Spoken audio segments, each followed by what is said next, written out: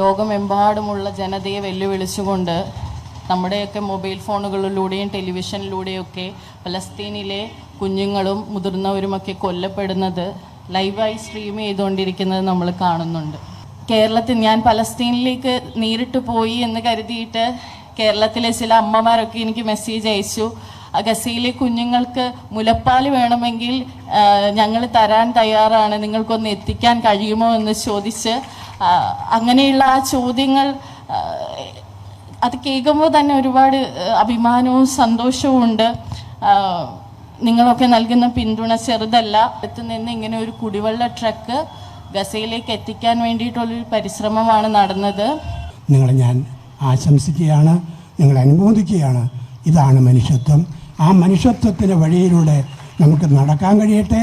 അത് ഇവിടെയാകാം, ഇന്ന് ഗസയിലാകാം, മറ്റന്നാൾ മറ്റെവിടെയാണ് എന്നറിയാനാവില്ല. ഇവിടെ കൂടിയിരിക്കുന്നവരിൽ കുട്ടികളില്ല. ലോകം ഒരു പരിധിവരെ കണ്ടും മനസ്സിലാക്കിയും ഇഷ്ടപ്പെട്ടും നഷ്ടപ്പെട്ടും ജീവിച്ച് ഒരു പരിധിവരെ എത്തി. ഇനി എന്തേരെ ജീവിക്കണമെന്ന് ആകുലപ്പെടുകയോ അല്ലെങ്കിൽ ഇനി കുറച്ചുകൂടി ജീവിക്കണമെന്ന് ആഗ്രഹിക്കുകയോ ചെയ്യുന്ന ആളുകളുടെ ഇടയിൽ ഒരു കുട്ടി പോലും ഞാനിവിടെ നോക്കിയിട്ട് കാണുന്നില്ല. കുട്ടികളാണ് ഗസയിൽ മരിച്ചത്. ആദ്യം തന്നെ പറയാനുള്ളത്, ഞാൻ പലസ്തീനിലേക്ക് നേരിട്ട് പോയി വെള്ളം എത്തിച്ചു എന്നൊരു തെറ്റിദ്ധാരണയുണ്ട്. അത് നിലവിലെ സാഹചര്യത്തിൽ നമുക്ക് സാധ്യമായിട്ടുള്ളൊരു കാര്യമല്ല എന്ന് നിങ്ങൾ മനസ്സിലാക്കണം. പക്ഷേ പലസ്തീനിലുള്ള ഒരുപാട് കുടുംബങ്ങളുമായിട്ട് ബന്ധമുണ്ട്, അവരോട് നിരന്തരം സംസാരിക്കാറുണ്ട്, അവിടുത്തെ ആവശ്യങ്ങൾ ചോദിച്ച് മനസ്സിലാക്കാൻ കഴിയാറുണ്ട്. വ്യക്തിപരമായിട്ടൊക്കെ പലസ്തീനിലെ കുടുംബങ്ങളെ സഹായിക്കാൻ കഴിയുന്ന ആളുകളുമായിട്ടൊക്കെ ബന്ധപ്പെട്ട് അവിടേക്ക് സഹായങ്ങൾ എത്തിക്കാൻ വേണ്ടിയിട്ടുള്ള ഒരു പരിശ്രമം മാത്രമാണ് എൻ്റെ ഭാഗത്ത് നിന്ന് ഞാൻ ചെയ്തിട്ടുള്ളത്.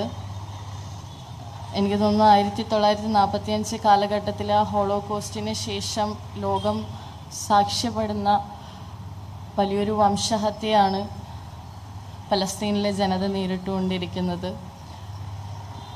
സാമൂഹിക പ്രവർത്തകയായ ഗ്രെറ്റ തൻബർഗ് അടക്കം ഇന്നലെ മാധ്യമങ്ങളോട് സംസാരിച്ചപ്പോൾ പറഞ്ഞു, ഇതിന് ഒരു വംശഹത്യക്ക് ന്യൂട്രൽ എന്നൊരു സ്റ്റാൻഡില്ല. വംശഹത്യ അനുഭവിക്കുന്ന മർദ്ദിതരായ ജനങ്ങൾ എവിടെയാണോ ഉള്ളത്, ആ ജനങ്ങളോടൊപ്പമാണ് നമ്മൾ നിൽക്കേണ്ടത്. എന്തുകൊണ്ട് പലസ്തീൻ എന്ന് ചോദിച്ചാൽ, ബഹുമാനപ്പെട്ട ഡോക്ടർ സന്തോഷ് കുറച്ചു മുമ്പേ പറഞ്ഞതുപോലെ ഓൺലൈനിലൂടെ ലൈവ് സ്ട്രീം ചെയ്യുന്ന ഒരു വംശഹത്യയാണ് പലസ്തീനിൽ നടക്കുന്നത്. ലോകമെമ്പാടുമുള്ള ജനതയെ വെല്ലുവിളിച്ചുകൊണ്ട് നമ്മുടെയൊക്കെ മൊബൈൽ ഫോണുകളിലൂടെയും ടെലിവിഷനിലൂടെയൊക്കെ പലസ്തീനിലെ കുഞ്ഞുങ്ങളും മുതിർന്നവരുമൊക്കെ കൊല്ലപ്പെടുന്നത് ലൈവായി സ്ട്രീം ചെയ്തുകൊണ്ടിരിക്കുന്നത് നമ്മൾ കാണുന്നുണ്ട്. അന്താരാഷ്ട്ര ഹ്യൂമനിറ്റേറിയൻ നിയമങ്ങളെ വയലേറ്റ് ചെയ്തിട്ടുള്ള ഒരു ഇല്ലീഗൽ ഒക്യുപ്പേഷനാണ് ഇസ്രായേൽ നടത്തുന്നത്. അതിനെതിരെ പല ലോകരാജ്യങ്ങളും തീരുമാനങ്ങൾ എടുക്കാൻ മടിച്ചു നിൽക്കുന്ന സാഹചര്യത്തിലാണ് ഈ ലോകത്തിൻ്റെ പല ഭാഗത്തുമുള്ള സാമൂഹിക പ്രവർത്തകരും മനുഷ്യാവകാശ പ്രവർത്തകരുമൊക്കെ മുന്നിട്ടിറങ്ങുന്നത്. നമുക്കറിയാം, ഈയടുത്ത് 44 രാജ്യങ്ങളിൽ നിന്ന് 500ഓളം വോളണ്ടിയർമാരാണ് ഗ്ലോബൽ സുമത് ഫ്ലോട്ടില്ലയിൽ ഗാസയിലേക്ക് പുറപ്പെട്ടത്. ഇത്തരത്തിൽ ഈ ഒരു ജനോസൈഡിനെ കണ്ടുകൊണ്ടിരിക്കുന്ന ഏതൊരു സാധാരണ മനുഷ്യനും അവരാൽ എന്ത് ചെയ്യാൻ കഴിയും?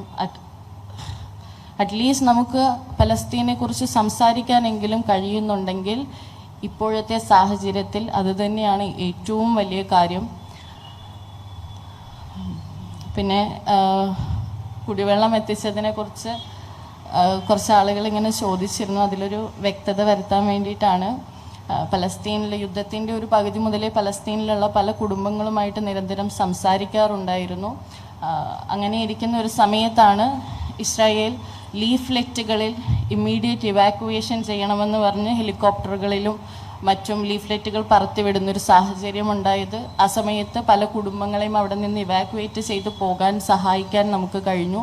സാമ്പത്തികമായിട്ടാണ് കേട്ടോ. അതിനുശേഷം ഈ കുടുംബങ്ങൾ സൗത്ത് ഗാസയിലേക്ക് ഇവാക്യുവേറ്റ് ചെയ്തു. പിന്നീടാണ് കുടിവെള്ളക്ഷാമം ഉണ്ടെന്ന് അവർ അറിയിക്കുന്നത്. ഗസയിലുള്ള പ്രധാനപ്പെട്ട 5 മലിനീകരണ പ്ലാന്റുകളാണ് ഈ യുദ്ധത്തിൽ തകർന്നിട്ടുള്ളത്. അതിനെ തുടർന്ന് അതിൻ്റെ സമീപ പ്രദേശത്തും തീരപ്രദേശങ്ങളിലും തണ്ണീർത്തടങ്ങളിലുമൊക്കെ ഡോക്ടർ സന്തോഷ് ഈ സ്ലൈഡിലൂടെ സൂചിപ്പിച്ചതുപോലെ സിവിയർലി പൊല്യൂട്ടഡ് ആവുന്ന സാഹചര്യമാണ്. എല്ലാ സ്ട്രീമുകളും മലിനപ്പെടുന്ന സാഹചര്യമാണ് ഉണ്ടായത്. അതിനെ തുടർന്ന് കുഞ്ഞുങ്ങൾക്കൊക്കെ ഡയേറിയ, ജോണ്ടിസ് പോലെയുള്ള അസുഖങ്ങൾ ഉണ്ടാവുന്ന സാഹചര്യം ഉണ്ടായി. ആ ഒരു അവസ്ഥയിൽ നിൽക്കുമ്പോഴാണ് നമ്മളോട് ഈ കുടിവെള്ളത്തിൻ്റെ ആവശ്യകത പറയുന്നതും ഗാസയ്ക്കുള്ളിൽ നിന്ന് തന്നെ നമുക്ക് ഈ വെള്ളം എത്തിക്കാൻ സാധിക്കുന്നതും. അതായത് ഈ സൗത്ത് ഗാസയിലേക്ക് പോകാനായിട്ട് വാട്ടർ ട്രക്കുകൾ തയ്യാറായിട്ടില്ല. അവിടെ പ്രൈവറ്റ് ആയിട്ടുള്ള സംവിധാനങ്ങളുണ്ട്. അതായത് ഭക്ഷണം വിൽക്കുന്ന ആളുകളുണ്ട്, മറ്റുള്ള അടിസ്ഥാന സൗകര്യങ്ങളൊക്കെ ഇരട്ടി വിലയ്ക്ക് വിൽക്കുന്ന ആളുകളുണ്ട്. അപ്പോൾ അത്തരമുള്ള ആളുകളുടെ അടുത്ത് നിന്ന് ഇങ്ങനെ ഒരു കുടിവെള്ള ട്രക്ക് ഗസയിലേക്ക് എത്തിക്കാൻ വേണ്ടിയിട്ടുള്ളൊരു പരിശ്രമമാണ് നടന്നത്. സൗത്ത് ഗസയിലെ ജമൽ അൽ വാഡി എന്ന് പറയുന്ന സ്ഥലത്തേക്കാണ്. അവിടെ ഏകദേശം 530 കുടുംബങ്ങളാണുള്ളത്. ജമൽ വാഡി, അതുപോലെ അൽ സവൈദ, ദേർ അൽ ബല തുടങ്ങിയ സ്ഥലങ്ങളിലൊക്കെയുള്ള കുടുംബങ്ങൾക്കാണ് നമ്മൾ സഹായങ്ങൾ നൽകുന്നത്.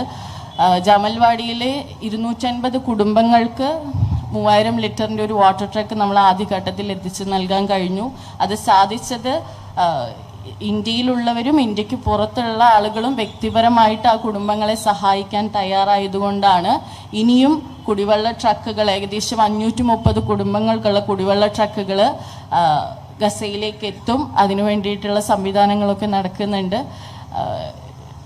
കേരളത്തിൽ ഞാൻ പലസ്തീനിലേക്ക് നേരിട്ട് പോയി എന്ന് കരുതിയിട്ട് കേരളത്തിലെ ചില അമ്മമാരൊക്കെ എനിക്ക് മെസ്സേജ് അയച്ചു.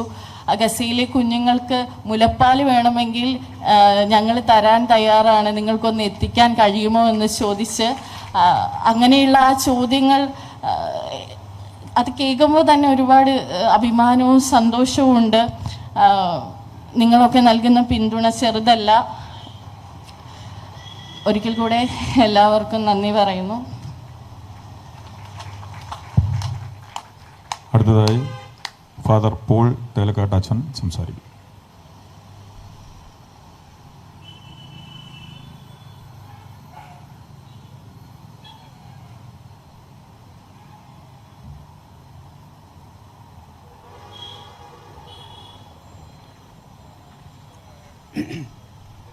പ്രിയപ്പെട്ടവരെ,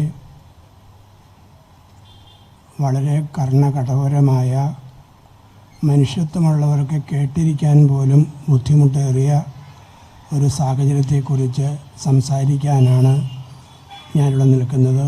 അതെത്രമാത്രം സംസാരിക്കാൻ എനിക്ക് കഴിയുമെന്ന് ഞാൻ സംശയിക്കുകയാണ്. ആദ്യമായി എനിക്ക് പറയാനുള്ളത്, ഈ പ്രശ്നത്തിൽ നിഷ്പക്ഷത എന്ന് പറയുന്നത് കാപട്യമാണ്. ഇവിടെ ആരും നിഷ്പക്ഷരല്ല. ഒന്നുകിൽ മനുഷ്യൻ്റെ പക്ഷം പിടിക്കുക, ധർമ്മത്തിൻ്റെ പക്ഷം പിടിക്കുക, മനുഷ്യരുടെ ആയിരിക്കുക, അല്ലെങ്കിൽ അവനെതിരായി നിൽക്കുക.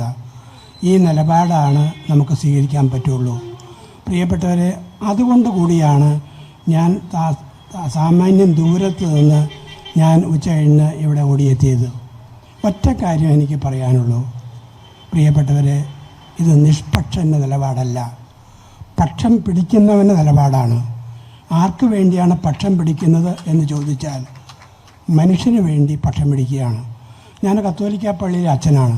ഈ അച്ഛൻ എന്തിനാണ് ഇങ്ങനെയുള്ള കാര്യങ്ങൾ ഇടപെടുന്നതെന്ന് ചോദിക്കുന്ന, എന്നോട് നേരെ വിളിച്ച് ചോദിക്കുന്നവരുണ്ട്.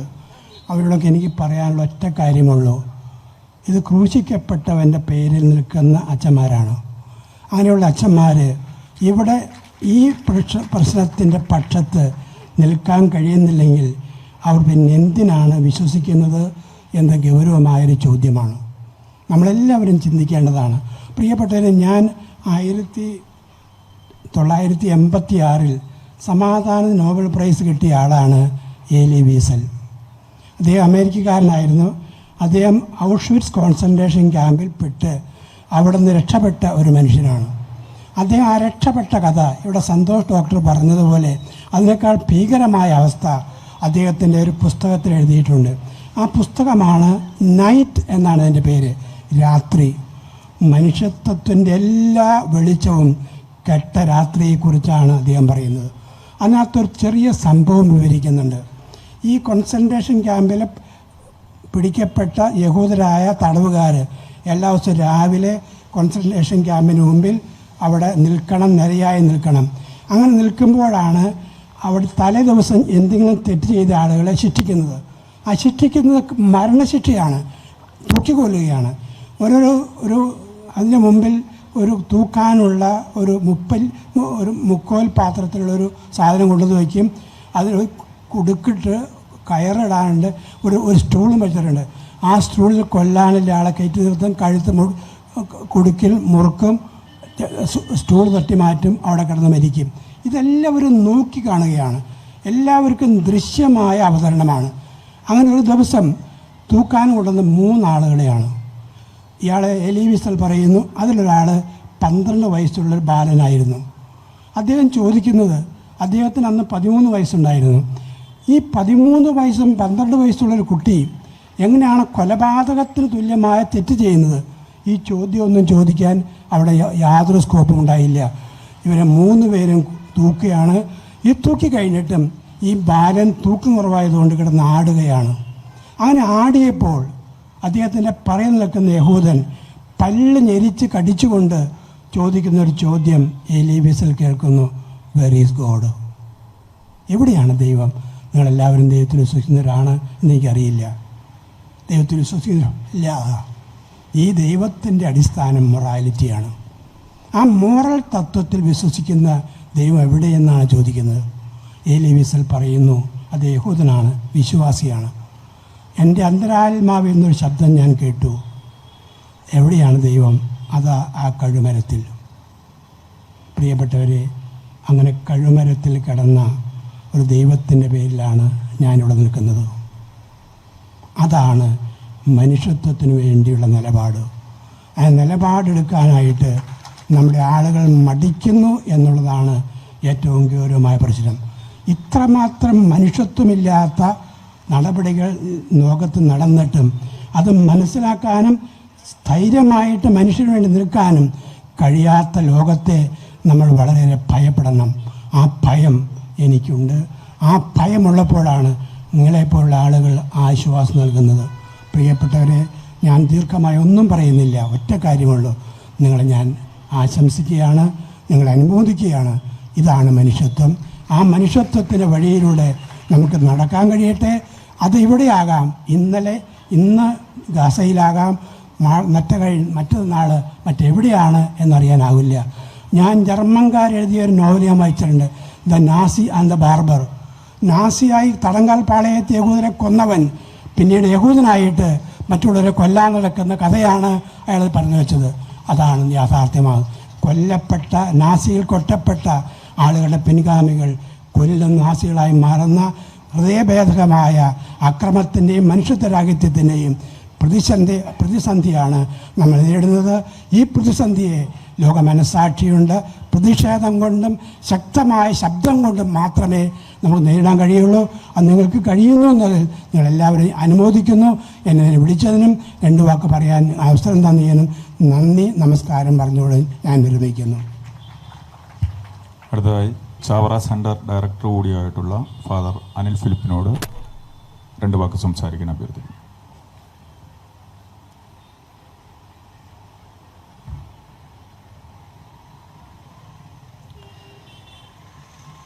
ഭയമാണ്, മൊത്തത്തിൽ ഭയമാണ് എല്ലാത്തിനോടും.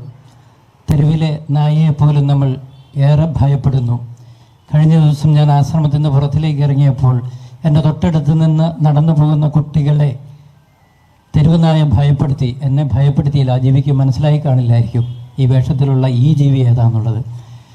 ലോകം മുഴുവൻ ഭയമായിരുന്നു. നെതന്യാഹു യുവൻ അസംബ്ലിയിൽ തിരസ്കരിക്കപ്പെടുന്നത് വരെ ആരും ഉറക്കെ സംസാരിച്ചിട്ടില്ല. അതിനുശേഷമാണ് ശക്തമായ പ്രതിഷേധങ്ങൾ ഉയർന്നു വന്നത്. ഈ വൈകിയ വേളയിൽ അധികം ഞാൻ സംസാരിക്കുന്നില്ല. കുഞ്ഞുങ്ങൾക്കൊരു പ്രത്യേകതയുണ്ട്. അവർ ചിരിക്കുന്നവരാണ്. ചിരിയുടെ അങ്ങേയറ്റം വരെ ചിരിക്കുന്നവരാണ് കുഞ്ഞുങ്ങൾ. ലോകത്തിൻ്റെ പുഞ്ചിരികളാണ്. ചിരിയാണ് നഷ്ടപ്പെട്ടു പോയത്. ഗസയിൽ നഷ്ടപ്പെട്ടത് കുഞ്ഞുങ്ങളുടെ പുഞ്ചിരിയാണ്, ഓടിക്കളിയാണ്, ഓടിച്ചാട്ടമാണ്, വിദ്യാഭ്യാസമാണ്. വിടർന്ന കണ്ണുകളോടെ ഈ ലോകത്തിലേക്ക് വന്ന് ഈ പ്രപഞ്ചത്തെ ആസ്വദിക്കുവാനായിട്ട് ഇവിടെ കൂടിയിരിക്കുന്നവരിൽ കുട്ടികളില്ല. ലോകം ഒരു പരിധിവരെ കണ്ടും മനസ്സിലാക്കിയും ഇഷ്ടപ്പെട്ടും നഷ്ടപ്പെട്ടും ജീവിച്ച് ഒരു പരിധിവരെ എത്തി. ഇനി എന്തേരെ ജീവിക്കണമെന്ന് ആകുലപ്പെടുകയോ അല്ലെങ്കിൽ ഇനി കുറച്ചുകൂടി ജീവിക്കണമെന്ന് ആഗ്രഹിക്കുകയോ ചെയ്യുന്ന ആളുകളുടെ ഇടയിൽ ഒരു കുട്ടി പോലും ഞാനിവിടെ നോക്കിയിട്ട് കാണുന്നില്ല. കുട്ടികളാണ് ഗസയിൽ മരിച്ചത്. പുഞ്ചിരികളാണ് ലോകത്ത് നഷ്ടപ്പെട്ടത്. പുതിയ അറിവിലേക്ക് തുറന്ന കണ്ണുകളാണ് ഇസ്രായേൽ അടച്ചു കളഞ്ഞത്. ഈ ഐക്യദാർഢ്യം കൊച്ചി നഗരം, നമുക്കറിയാം, ഈ കൊച്ചി നഗരം ഇപ്പോൾ ഒരുപാട് ഏരിയയിൽ ആഘോഷങ്ങളിൽ ഈ കൊച്ചി നഗരം മുങ്ങി നിൽക്കുകയാണ് പല വിധത്തിൽ. ഇവിടെ ഒരു പറ്റം ആളുകൾ, അത് പ്രത്യേകിച്ച് ലോകത്തെ എല്ലാ കാലത്തും പാവപ്പെട്ടവരുടെയും പതിതരുടെയും കൂടെ നിൽക്കുവാൻ ആഗ്രഹിച്ചിരുന്ന കുറേ മനുഷ്യരുടെ പിൻഗാമികൾ ഇവിടെ ഒരുമിച്ച് കൂടിയിട്ട് ഇവിടെ മനുഷ്യരുടെ മനസ്സുകളിലേക്ക് സ്നേഹത്തിൻ്റെ, നന്മയുടെ, കരുണയുടെ പാഠങ്ങളെ ചേർത്ത് വയ്ക്കുകയാണ്. ഞാനും ഒരു പുരോഹിതനാണ്, എനിക്കും അത് മനസ്സിലാകും. ഈ ഒരു സംരംഭത്തിന് കൊച്ചി നഗരം ഗസയോടൊപ്പം എന്ന് പറഞ്ഞുകൊണ്ട് ഇങ്ങനെയൊരു അനുസ്മരണത്തിനും ഒരു ഐക്യദാർഢ്യത്തിനും തീരുമാനമെടുത്ത സംഘടനകളെ ഒരുപാട് സ്നേഹത്തോടെ ആദരവോടെ കാണുകയാണ്. ഈ ഒരു പ്രതിഷേധം വലിയ പ്രതിഷേധമായി, ലോകത്തിൻ്റെ പ്രതിഷേധമായിട്ട് മാറട്ടെ എന്ന് ആശംസിക്കുകയാണ്. എല്ലാവർക്കും നന്ദി, നമസ്കാരം.